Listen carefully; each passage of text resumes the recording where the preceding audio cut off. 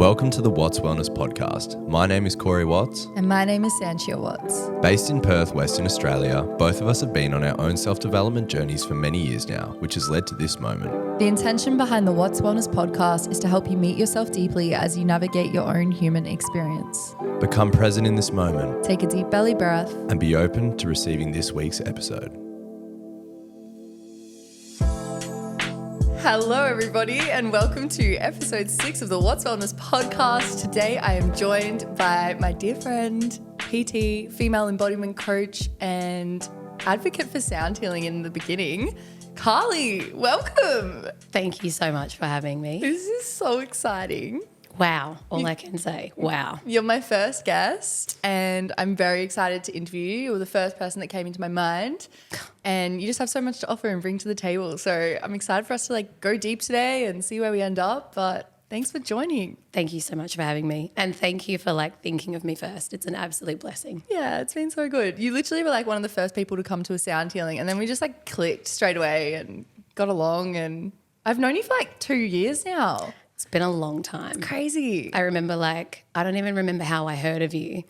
And I was in my own little world for a while, and I hadn't done anything this spiritual. Yeah. And then all of a sudden someone was like, oh, come to this sound healing. I was like, what the fuck's that? Wait, am I allowed to swear? Yeah, you can swear. Okay. I was like, what the fuck is this sound healing thing? Yeah. They're like, you just lay there and listen. And I was like, bullshit. No offense, but what No, I love it. And then I turned up and I was like, I'm hooked. Yeah. It's addicting. You guys were in Fremantle and I was outside and I was like, damn. Yeah. And then from there I was a weekly member. City Beach, we were everywhere. It was so good. The mosquitoes were bad though, They were, yeah. The outside presents some challenges sometimes, so that's why we're indoors now. But you navigated very well. Thank you. I'm glad to have you here. I'm very excited to dive deep. We begin every episode with a strength and a challenge from the last week that you've had. So do you want to hit us with one of your wins and maybe one of your challenges? All right. Let me just take a moment. Yeah. I would say one of my wins would definitely be this. I've always wanted to do something like this, but never had the opportunity presented. Mm-hmm. So this is awesome. Challenge-wise, I think I may be suffering from a slight amount of burnout post massive hustle period with work and just doing so much all at once. Mm-hmm. And I find that when I'm in it, I'm really in it. And I'll go 150%. Yeah. And then afterwards it takes a little bit of a tank. Yeah. And then I'll find myself doing a lot less than I probably could be if I was to just, mellow it out a little bit more in the middle. Yeah, I totally resonate with that, actually. That's definitely been my challenge coming into that pointy end of the year, and burnout is real. Yeah. Just honestly quite exhausted. Exhaustion, Monday, fatigue. Tuesday this week, I was wiped out. I literally couldn't reply to people, couldn't leave the house. I was drained, and I was I just need my own energy and I need to do nothing for a bit. Do you find that your phone becomes quite overwhelming? Yeah. Because you spend so much time on it? So overwhelming. I literally posted this on my story, I think yesterday. My whole booking system for sound healing went down. I had to manually start adding people into sessions, and it was just chaotic. But yeah, my screen time honestly was I'm ashamed to admit it, but it was literally 9 hours for 2 days straight. Oh my God, no. Because I was doing all this admin work from my phone. I was I need to get off this thing. So I've put the boundaries in place. Yeah. I've corrected it. I've put the timer on. I've actually started turning my phone off and putting it in a drawer for a few hours. Have you heard of those lockbox things that you can get and put your phone in and it won't open until the time that you set it for? Oh, you literally can't get into it. Yeah, cool. That might be what you need. Yeah, I think it might be. So you can't just sneak into the drawer and be I'll just check it real quick. Yeah. That's clever. I'm normally pretty good with it. Once it's turned off, I'll it makes you second guess. Do you really want to open it? But yeah, the strength has probably been, even though I've been burnt out, I've been recognizing that and then adapting and putting those things in place. Awareness is always the first step. It really is. It really is, which probably ties in really well with where we're about to head, which is the awareness of your own personal journey, your spiritual awakening, your story. Where did it all begin for you, and how have you come to where you are today? It's so funny because when you mentioned that I could talk about my story, I was like, wow, I really haven't thought about where I guess I've been for a while. So it's really nice to kind of like sit and reflect on a lot of things. I guess it all started like I was a swimmer from like a really young age, like 7, 8 years old. And I was in the like athletic competitive sports for like ever. Like I don't remember a time without it. And I think I kept going until I was about 18. And so it was like twice a day, every day, Saturday mornings. Like it was a lot. And I went to nationals and like it was my life. And then when I was 18, I started uni and I used to live down south in like Mandurah. I can't say down south because south is like Bunbury, but like further south than Perth. And I lived in Mandurah and I was driving up every morning and we'd start training at like 5 a.m. So I was up at 3 and then I'd drive to the pools and I'd swim and then I'd go to uni and then I'd come back to the pools and then I'd go home. And then I got to like halfway through the first year of uni and I think I ended up deferring uni and quitting swimming at the same time for love at that time, for what I thought was love. And then it was made apparent to me that the changes in my body when I had stopped swimming were like unacceptable, undesirable, because I kept eating like a swimmer. Yeah. But my output wasn't the same. Yeah. So I really struggled from like that point moving forwards into like feeling comfortable in my body or feeling like my body was okay. And I can't say at any point in time that I was like fat or like overweight. However, it was like the terms that were used in comparison to who I was. And I think from there I kind of went back to a friend of mine who I used to work with when my first job was in a gym. And I ended up signing up for like a bodybuilding competition at the age of 19. And I did like a 10-week prep, which is really short for a bodybuilding comp. Usually they're like 16 weeks minimum and like you've got all of the background behind that, like all of your building phases. But I kind of like jumped in as a revenge strategy, I guess you could call it. And I competed and I look back now and like I hold a lot of love and compassion for that version of me. However, there was a lot of things that I would change, like the whole reason why I did it.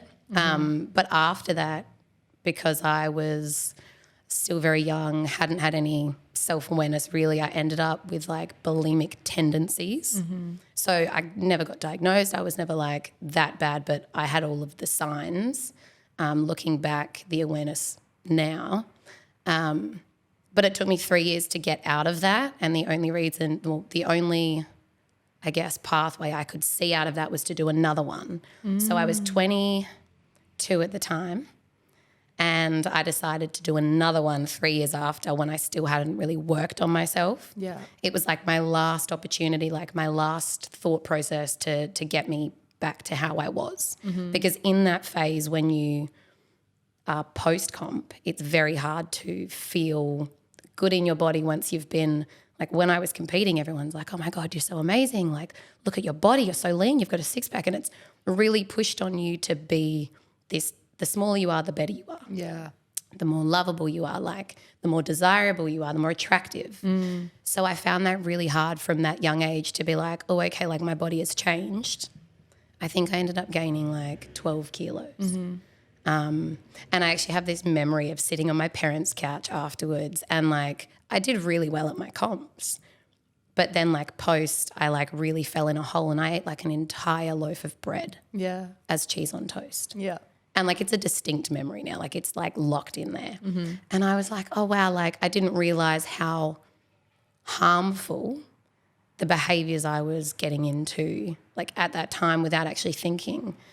And then when I did the second one, the same kind of thing happened. Like I'd obviously trained harder and then people in the gym were always like, oh my God, like you're so good at this. Like it's that competitive spirit that you have in you from such a young age. And when I did my second one, like again, I was still in like the junior division. And again, I did really well. Like I went to nationals and I was like, I like to be good at what I do. And then I think after the second one, I ended up repeating the same patterns. And I then like at that point, my relationship from that young age had like really come to an end point. And it was just very like everything in my life kind of just decided to crumble, which it Yeah. does. Yeah.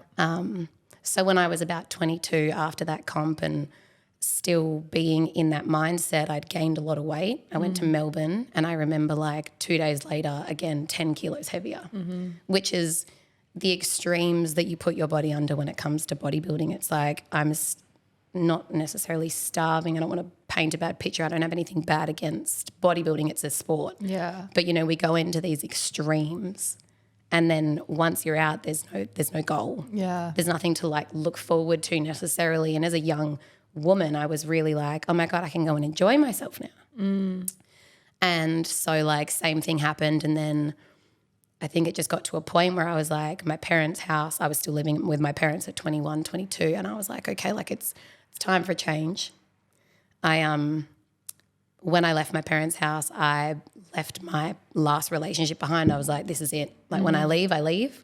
And then I moved up to Perth and I moved in with my best friend and her fiance.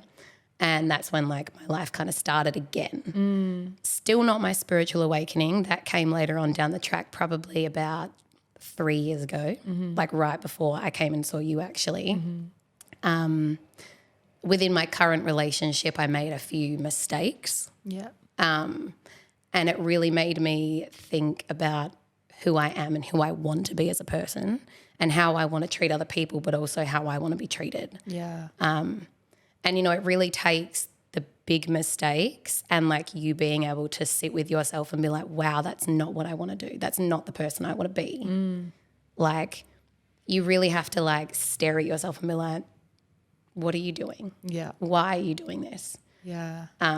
And it always comes back to like things that are unhealed, triggers, you know, like there's always a reason behind it and not judging and hating yourself and punishing yourself over things, but, you know, starting to really move through them. But that's where I guess like the spiritual side of things came in because I was like, this isn't who I want to be. Yeah. And then I started finding myself through the people I was meeting, you know, the things that they would then open me up into, my own work. Like I took a lot of time to like strip back my life from the very superficial, very like external stuff. And I started really going inwards and spending time with myself and being like, who am I? Like, who's my authentic self? Wow. What a journey. Huge. It's a big one. But I feel like everyone's got a story, right? They do. You just never know about it until you like take the time to sit and ask. Yeah. So how did you really like heal and work through all the body image stuff? Because obviously when you see your body in one phase and then you see it in another, it is so hard to like adapt to that new identity and like learn to love it. Like this is totally something that I've struggled with. How do you learn to fully like accept that new version of you and love it? I think it really comes back to like holding yourself with compassion first of all, and knowing that like your body is not like one thing. It's not going to be one way. Like especially us as women, we're going to go through phases. Like everything is cyclical. And at the end of the day, you know, like we're not built to look like a 19-year-old girl forever. Yeah. And like our body has certain functions and it wants to do certain things. Like it's a vessel for us to be in. And understanding that, you know, like I think my education and my background in sports science and exercise and health like really helped me to take like the emotion out of it sometimes and be like, you know what, like this is actually like a machine. It's like a vessel. It does all of this stuff for us. Yeah. Without us even having to think about it. Yeah. So it's not like I shouldn't be criticizing it and punishing it. I should actually be doing things to help it and optimize it if you want to be scientific, but like to love it. Because without it, you've only got one body for the rest of your life. It's not like a car or a phone that you can go to the shop and trade in. It's something that you actually have to look after inside and out. Yeah. But then it's also like your mental talk. How do you talk to yourself? What's your awareness around like, what do you say when you look in the mirror? What do you pick on first? And know that it's you're never healed as such. It's like, you know, I still have my days where I'm like, oh my God, this isn't the way I want it to be. Yeah. But at the end of the day, like it's a day. Yeah. It's a phase, it's a small portion. But like I know that if I can be gentle with myself and, you know, remind myself that like I'm an incredible person and my body does not define who I am or how much I'm worth. I know that like as long as I'm doing my best to look after it and care for it, then like no matter what else happens, however I look in that day, however I feel that I look in that day, it still doesn't define me. Yeah. It's a journey though. Yes, it is. That's such a good answer though. Like honestly, coming back to compassion is huge. And I love that philosophy of like your body is a vessel and it actually works for you. So why not give back to it? Like just having that mindset shift around your body will change so much. Which I think was actually like one of the first things you told me when we sat down for like a PT consult. My God, I remember. You were like picking up on the language that I was using and really getting me to reflect on the way that I was speaking about my own body. Yeah. And it was so pivotal. And that was actually like such a profound moment. I never really told you, but Thank you. I gained so much from that. I was like, wow, the way that I have spoken about my body in the past is like I'm attacking it. Yeah. And it's like it's actually working for me and I need to learn to accept it. And yes, maybe there are things that I don't love, but I hold it with a compassionate awareness and move beyond like the superficial side of it. Yeah. Absolutely. And like I think that's where the fitness industry kind of goes wrong. It's like very externally driven, like we're all trying to look a certain way. Yeah. But you don't realize that extreme that people look like sometimes. I mean, everyone's different and everyone's body is different. And some people have a natural set point that's a lot lower body fat percent than others. However, it's like, you know, why are we trying so hard to change our body in a way that it doesn't want to be changed? And like, how are you speaking about it? How are you talking to your body?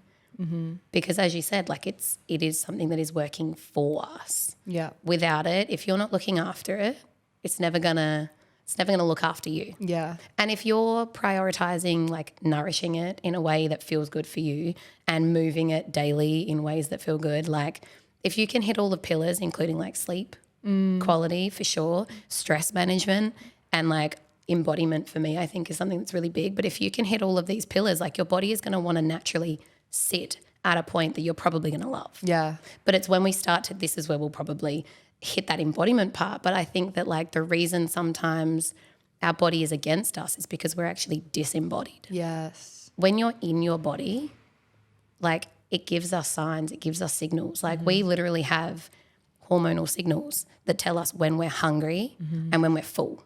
Yeah. And this is where I think my tactics around how I coach and how I want to be towards especially women differs from other people because, you know, like if you can start to tune in and listen and like have that mindful moment and that stillness to be like, okay, like is my body actually telling me I'm hungry? Like ghrelin is secreted in the body. I call them gremlins. Like it's secreted in the body to tell you that you're hungry. And when you're eating, your body will then start to secrete leptin. And leptin is something that will tell you that you're satisfied. So if you can slow down while you're eating especially or beforehand and really tune in and be like, okay, like am I hungry right now or am I bored? Yeah. Am I snacking because it's a habit or am I actually really upset or depressed or sad? Like am I eating to cover up my emotions Yeah. or just because I'm plain bored out of my brain, don't know what to do? Yeah. Or like is my body genuinely like physiologically signaling to me that I want to eat? Yeah. And if it is, absolutely eat. And sometimes even when it comes to, you know, emotional eating, which is a big one, Huge. you know, honouring that. Yeah. Because sometimes you just have to question it, be like, okay, like am I hungry or am I emotionally wanting to eat? Yeah. Okay, right now I'm wanting to emotionally eat, but that's my coping strategy right now. Do I have something else that might fill that gap? Maybe, maybe not. Yeah. And then some, like rather than restricting and putting those rules and like restrictions on yourself that probably will lead to bigger binge cycles later, taking that moment to be like, okay, like I'll take 5, I'll come back and see if I still want to eat it. Yeah. If I still want to eat it, then great. Yeah. I'll let myself and I'll make that conscious decision. I am consciously choosing to eat this chocolate right now. Yeah. And that is okay. Yeah. But when you make that conscious decision, you also can't hold guilt Yes. because you've chosen. It's not like you're like, oh, but if I don't think about it and eat it, then later on you can hold the shame around it when you're like, oh my God, I binged again. If you take that moment to be like, okay, right now I'm in a mood and I'm really not feeling it. Yeah. I can't really deal with my emotions. I don't want to be in silence, but I'm going to consciously choose to have this block of chocolate in front of me and just eat. Yeah. But it's that conscious choice. Yeah. And that's what being in your body allows you to do. Because if you're disembodied and you just do what you're doing, Yeah. it can lead to some not so great cycles in our life. Totally. This is really hitting home.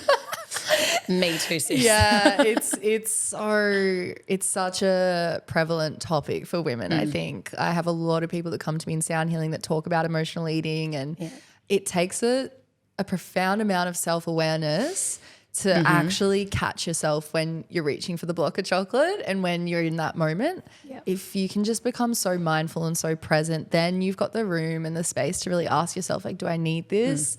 Is this because I am bored, like you said, or emotional eating?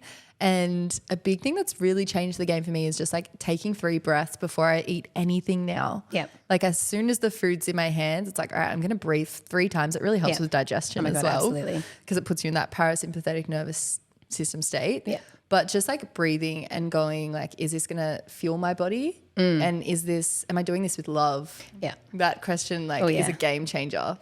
And the other good thing that I've found is like counting how many times you chew. Oh, yeah, nice. So like it's something that's so simple and so easy. Yeah. But like you don't realize how little we do chew until you start counting. And like you want to be chewing at least 15 times per mouthful. Really? Yeah, but like we do like 3 and then we swallow. Yeah.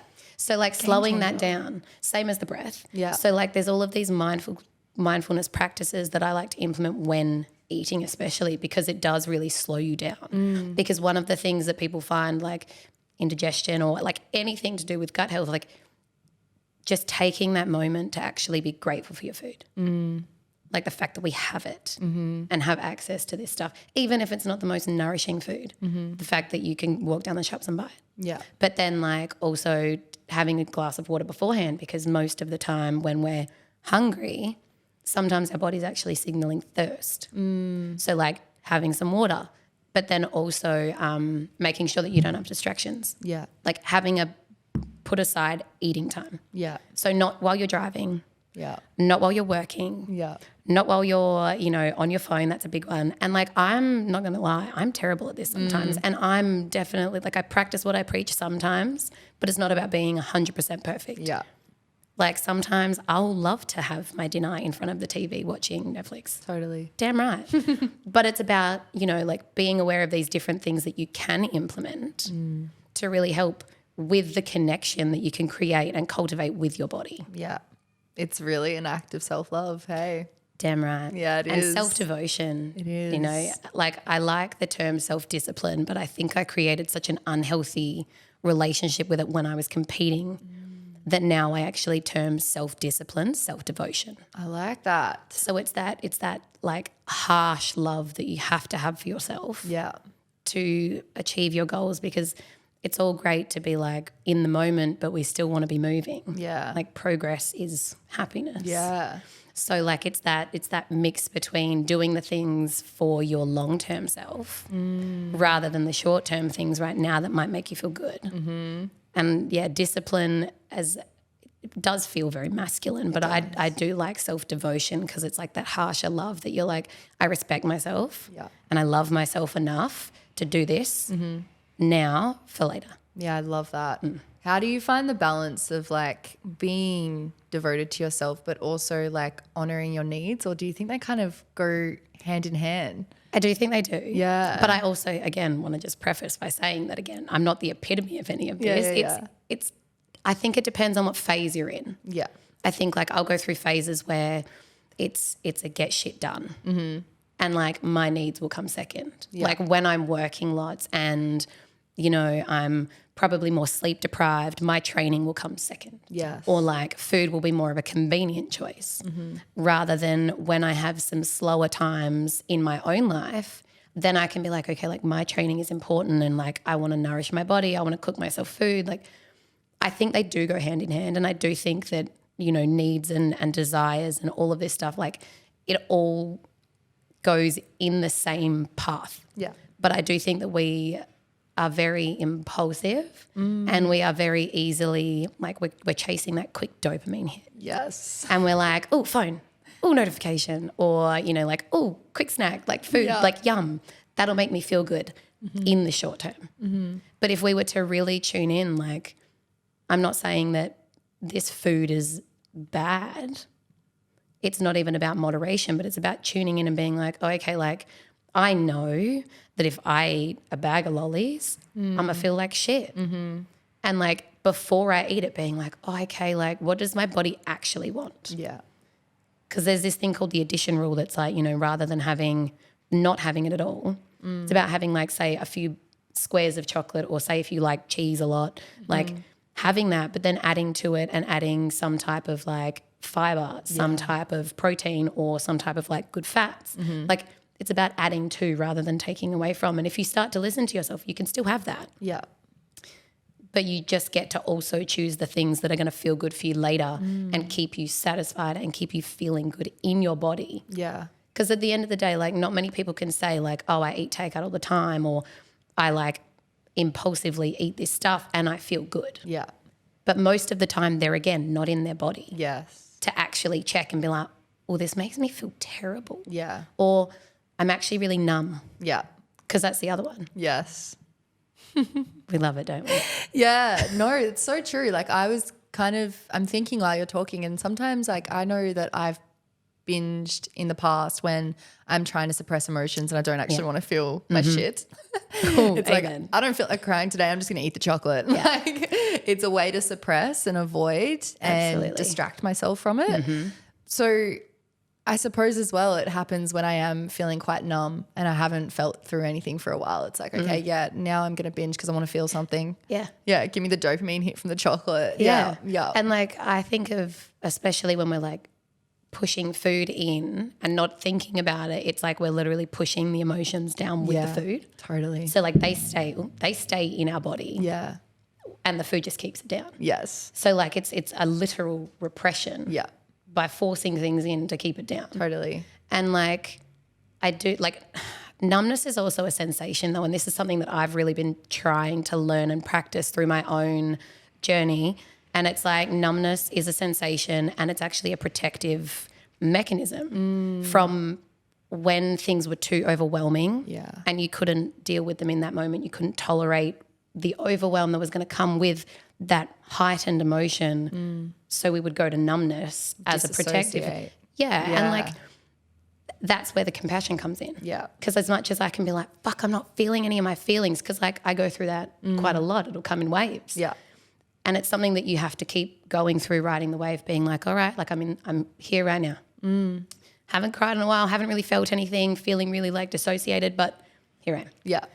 But it's about being like, okay, like let's be really grateful and loving to that past version of me who had to use this to cope. Yeah. To get through what she was going through. Yeah. Not saying that my stuff was huge, but it's still like, to me in that moment, to little Carly, that probably was huge. So I had to sit with that back then, and things come up now so I can deal with them and I can heal them and I can sit with her. Yeah. And like work through that kind of stuff. Yeah. So like knowing and remembering that like numbness is something that is important and like something to kind of be grateful for has been like a massive shift, because I used to get so frustrated at myself for being like, oh, like people are doing breath work and sound healing and having like these experiences, and here I am like sitting here like nothing. Yeah.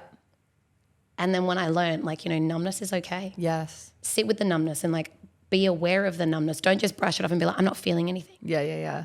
Sit with it and be like, oh, okay, like I'm curious. Yeah. Where's this coming from?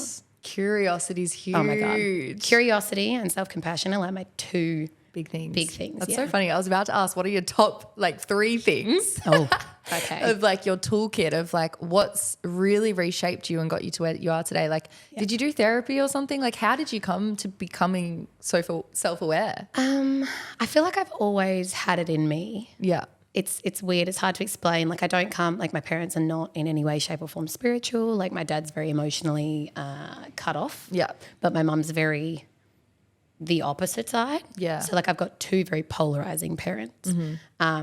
So it's not like it was necessarily handed to me, but I think, you know, when you swim, you spend a lot of time by yourself. Yes. Underwater, no noise, no nothing, like just in it. You're in your own head. And I really like say that a lot of my self-awareness is because I spent so much time on my own in my head with no noise. Can't put music on and suppress anything. Yeah. You just got to be with it. Yeah. I did a little bit of therapy when my life started crumbling. I did like 8 weeks. But I don't think I necessarily got along. The dynamic there with my therapist wasn't necessarily it. And funny thing to do with it, actually, it was more of a me thing. It was like my first time opening up, speaking to someone. Like I've always found myself to be a very need to have my shit together, hold myself, and then cry in my car. Yeah. I would never let anyone see my emotions or my feelings because it's not normal to me. It was like something that I guess, you know, when you're a child and they're like, go to your room. Yeah. When you have like a little bit of emotion. So you learn to just isolate yourself. Yeah. To be able to feel that. So I used to do that. And then when I went to therapy, I like found myself being able to have these conversations about everything that was going on completely numb. Sitting there like she would make me like open my body because obviously if I'm doing this, I'm like covering myself. But I was like open and I would be fine in the room. But as soon as I left, I would go and cry in my car with myself. And then I would go sit at a cafe and then start writing things out. And then I would start to like unpack things on my own because I wasn't willing to open up to her. And this was like 3-4 years ago now, however long that was. Yeah. So like I feel like I learned a lot through it. I would definitely go back now for like self-development and like working through things that I still haven't. Yeah. But I've found that like doing it with people that I've felt safe with and like somatic work has been life-changing. Like as much as talk therapy is great, I can talk till the cows come home. And like talking can be very easy to numb. Yes. Whereas when you're like starting to get into the body, Yeah. it's where it's all held. It's all in there. We know that one. Yeah. So true. So it's probably been like sitting with yourself, swimming. Yeah. Therapy probably helped to a degree. Yeah. Yeah. And maybe like somatic journaling work. Yeah. I would even say like cultivating safety within my body Yeah. Huge. is more of where I would kind of like place it. Yeah. How'd you do that? It was a lot of like mental chatter, a lot of talking, a lot of being like every time I noticed something or like me being critical to myself, it was like really rewiring my thinking and then the programming of my brain to be like, okay, like why? Why do I feel this way? Like, where's this coming from? Hey, it's okay. Like, what's going on here? Yeah. Where is this coming from? Is there something that you need from me right now? How can I support you better? Talking to myself. So really trying to cultivate that safety and obviously like nervous system regulation comes in there, like breathing practices, even like self-touch kind of stuff I always found really good. And then I would say, so I would even throw compassion in there, but then embodiment. So like, you know, movement for me. Yes. Being in my body when I'm like working out, my mind muscle connection is something that I really heavily focus on. Yeah. Because it gets me in the present moment. And like this doesn't just happen at the gym. It's like if I'm doing something or if I'm doing nothing. Yeah. It's that experience of being in your body. Yeah. So like embodiment for me just means the experience of being in your body, no matter what you're doing. Yeah. Dancing, singing, being with friends, like being in that moment. Because I'm a very heady person, like very analytical. I love to overthink things. But it's just taking that moment to remind myself, hey, come back home. Yeah. You know what I mean? I feel like when you're embodied, you're just so much more authentic as well. Like you just show up so genuine and you're so aligned with what your needs and wants actually are. It's important. Oh my God. Authenticity is a hard one too. Yeah. I feel like it's something we struggle with for a long time. Yeah, totally.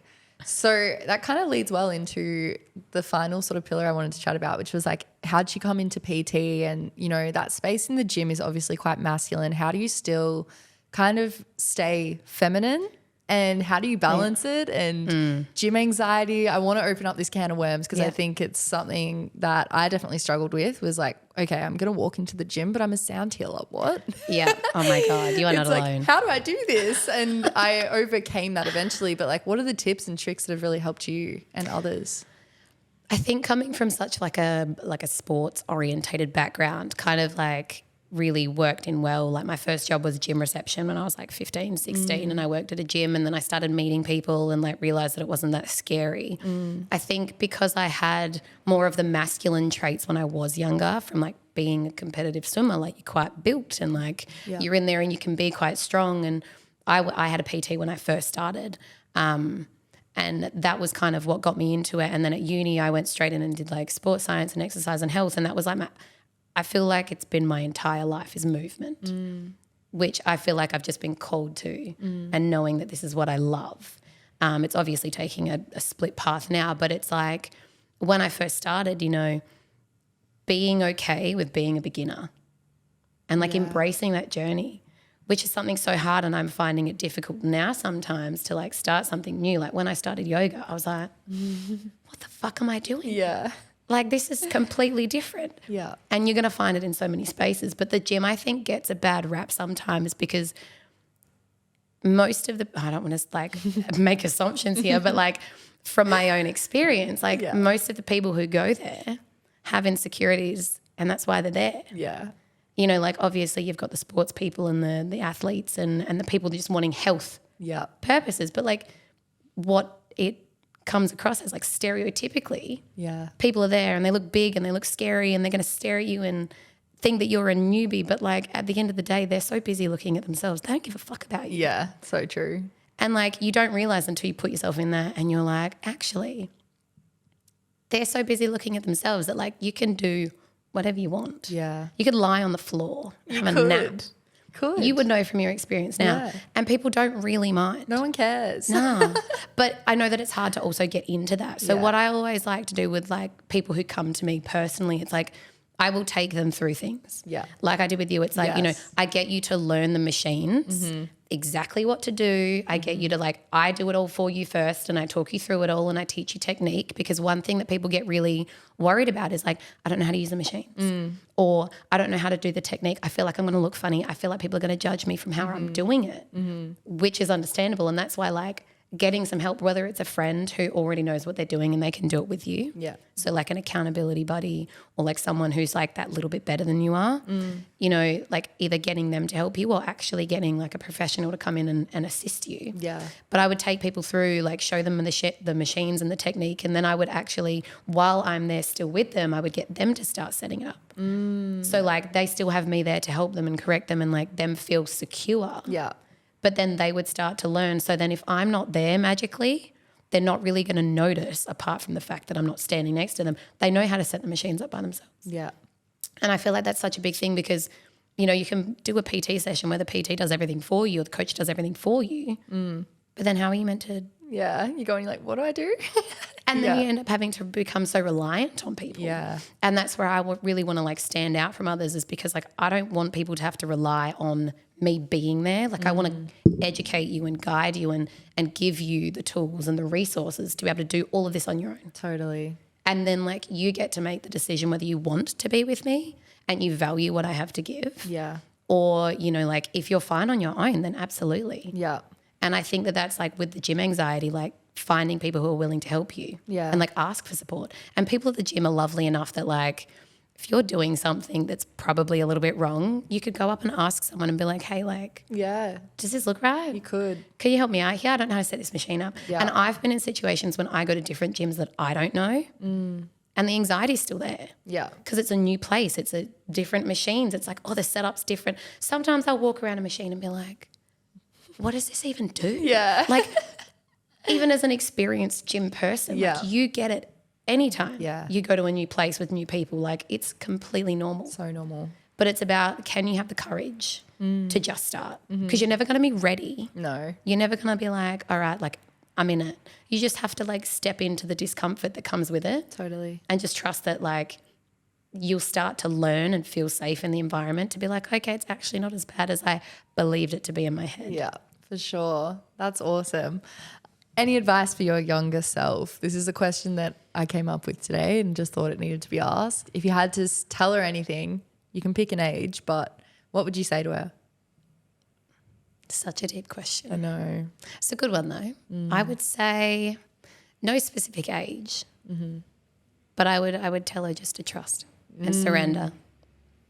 just like it's all going to be okay no matter what you do.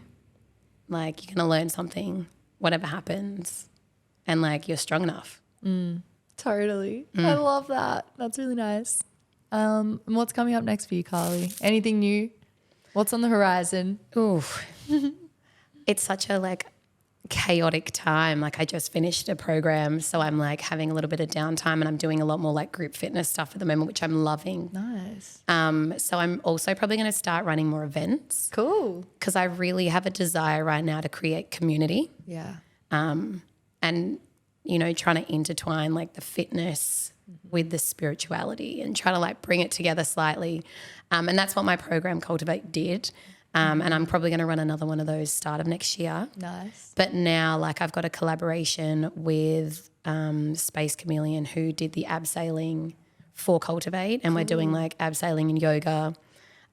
Sick. Yeah, so I'm going to start to like bring in more like bigger group training, and then really focus in on how my more holistic style can like fit into people's lifestyles, and like I can help assist them that way. Nice. As much as I love PT, I feel like there's so much more to give. Totally. I can see it. Oh, I'm so excited for you. That sounds unreal. I really like it. Thank you. Final question. What's something you still need to do before you die so that you don't die with regret? Man, that's such a big one, isn't it? I know. Corey came Thanks, up Corey. with that one. I don't necessarily, even if I was to die tomorrow, I don't think I would have any regrets. Nice. And I don't think that like not doing something would be like, oh my God, I can't believe I didn't do it. But I think at the moment I really want my intention for next year to be like more adventure, more exploration. Like I've always been in Perth. My partner and I actually wanted to move to Canada right before COVID hit. So like I haven't really traveled. I have lots of like other business things coming up, but I think it's more like me time to explore. I think that's the one thing that I'm looking forward to doing. But again, I wouldn't die with regret. Yeah. But it's something that like is high up on there that I'd like love to experience, that I feel like would be something at the top of my bucket list. Totally. For sure. That's awesome. Carly, thank you so much for coming on today. Oh my There's God. been so much wisdom throughout these conversations that we've had. Thank you. And I'm sure people have found lots and lots of takeaways. So thank you so much for being here. Thank you for having me. We will tag Carly's Instagram, website, things. Whatever there is. In the link of the video. But yeah, thank you so much for being here. Thank you for having me, my love. Thank Honestly, you. so blessed. So much love. What you're doing is amazing. Keep it up. Oh, ditto, girl. Thank you. Alrighty. Thanks for listening, everybody. Tune in to next week's episode and we'll see you very soon. Bye. Bye.